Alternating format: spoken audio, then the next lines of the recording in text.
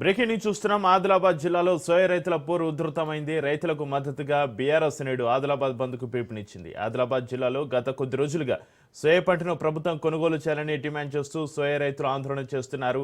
Adilabad RTC depot ఎదుట BRS నేతలు ధర్నా చేపట్టారు. మాజీ మంత్రి జోగు రామన్న సహా బీఆర్ఎస్ నేతలను పోలీసులు అరెస్టు చేశారు.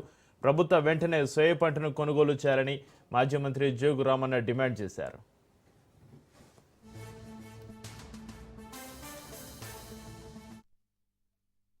నాలుగవ రోజు 363B ఆదిలాబాద్ చంద్రపూర్ హైవే పైన రైతుల సమక్షంలో బీఆర్ఎస్ పార్టీ రోడ్డు దిగ్బంధం చేసినాం.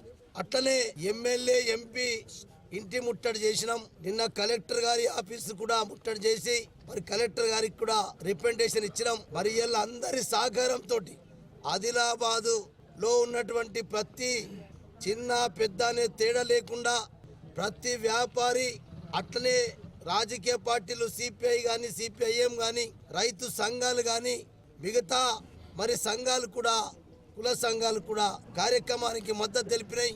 మరి ఇప్పటికైనా కదలిక రావాలి. మీ దాంట్లో మేము అడిగేటటువంటి న్యాయమైనటువంటి కోరికలు ఇవేదో కొత్త కోరికలు కావు.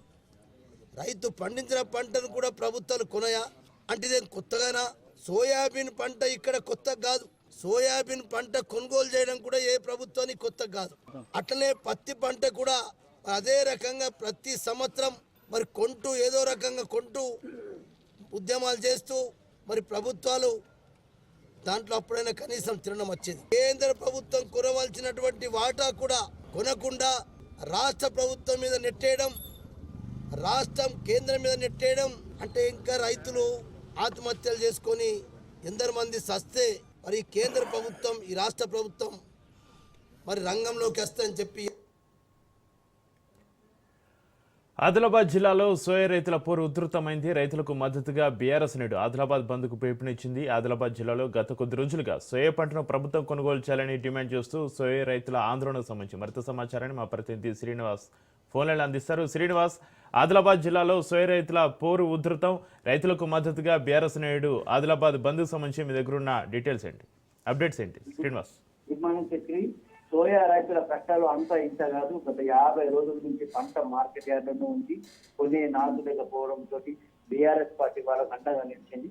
గత 4 రోజుల నుంచి వివిధ రకాలుగా మొదటి రోజు ధర్నా, జాతీయ ధర్నా చేసారు. రెండవ రోజు నాడు ఎమ్మెల్యే ఇల్లు ముట్టడి చేసారు. 3వ రోజు కలెక్టర్ ఆఫీస్ ముట్టడి చేసి ఈ రోజు జిల్లా బంద్ పిలిపించింది. స్వచ్ఛందంగా బంద్ చేస్తున్నారు ప్రజలు. అయితే ఉదయం 4 గంటలకి ప్రదీప ఆఫీస్ పరిస్థితి బీఆర్ఎస్ నాయకులు మాజీ మంత్రి జోగుతో పాటు బీఆర్ఎస్ నాయకులు ఇక్కడ ధర్నా నిర్వహించారు. అయితే ప్రజలకు ఆటంకం కలుగుతారని చెప్పి పోలీసులు వారిని చేయడం జరిగింది.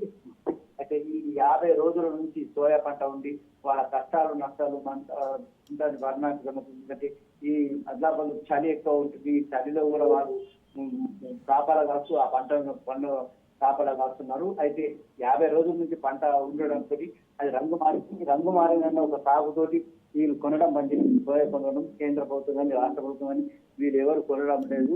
సో ఇది మానసికంగా స్థితి కోల్పోతారన్న ఉద్దేశం కొద్ది బీఆర్ఎస్ పార్టీ అన్నగా ఉంటామని చెప్పేసి ఆ నాయకులు అంటున్నారు. ఎందుకంటే రైతులు ఈ విధంగా వచ్చే అప్పుల పాలైతే వాళ్ళు ఆత్మహత్య చేసుకునే అవకాశాలు మనకు ఉంటాయని చెప్పేసి వాళ్ళు కోల్పోతారని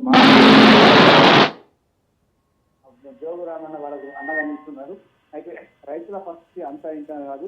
దాదాపు 20,000 టన్నుల సోయా మార్కెట్ లో ఉంది. అంతేకాకుండా మొదటి దఫాలో కొన్న సోయా తిరిగి రావడంతో ఇంకా రైతులు ఆందోళన చెందుతున్నారు. ప్రస్తుతం అయితే బంద్ ప్రశాంతమవుతుంది. ఇంకా బస్సులు అయితే ఆది ఉంచారు. ఇక కొద్దిగా దుకాణం చేయడం 9 తర్వాత మనకు మొత్తం వస్తాయి. శ్రీనివాస్, రైతుల ఆందోళన ఈ బంధు ప్రభావంతో సోయా పంటను కొనుగోలు చేసే అవకాశం ఉందా శ్రీనివాస్? కేంద్ర ప్రభుత్వం కొన్న పంటనే తిరిగి పంపించింది. ఎందుకంటే రైతుల యొక్క క్వాలిటీ తగ్గించి నాణ్యత తగ్గిపోయిందని చెప్పేసాను. ఎందుకంటే ఈ మూలిగెట్టినాక మేము తాటకాయ పడ్డట్లు వీళ్ళ పరిస్థితి అంతంత అప్పుడే అధిక వర్షాలు పడ్డాయి. వర్షాకాలం అధిక వర్షాలు పడ్డాయి. అంతేకాకుండా మోంతావు తుఫాన్ తోటి మొత్తం పంట అంతా నష్టపోయింది. దాదాపు చేయడానికి వాళ్ళు పంట రంగు మారింది. అయితే ఆ సాగుతోటి కొన్నారు. కానీ ఒక ఇన్ఛార్జ్ మినిస్టర్ అయిన ఇన్ఛార్జ్ మినిస్టర్స్ ఇక్కడ మేము ప్రతి గింజను ఉంటాం, రైతులు పండించిన ప్రతి పంటను కొంటామని చెప్పేసి అన్నారు. కానీ అక్కడ ఆ వాగ్దానంలో కానీ అమల్లో మాత్రం ఇక్కడ కనిపించలేదు. వాళ్ళు కొంటారన్న పరిస్థితి మనకి స్పష్టంగా కనిపించలేదు. ఇక్కడ ఉన్న డిఎం కానీ డిసిఎం కానీ అంటున్నారు కేంద్ర ప్రభుత్వం ఒప్పుకుంటలేదు. మేము ఏం చేయాలని చెప్పేసి మనకు వాళ్ళు చేతులు చేసే పరిస్థితి మనకు కనిపిస్తుంది. Right, thank you Srinivas.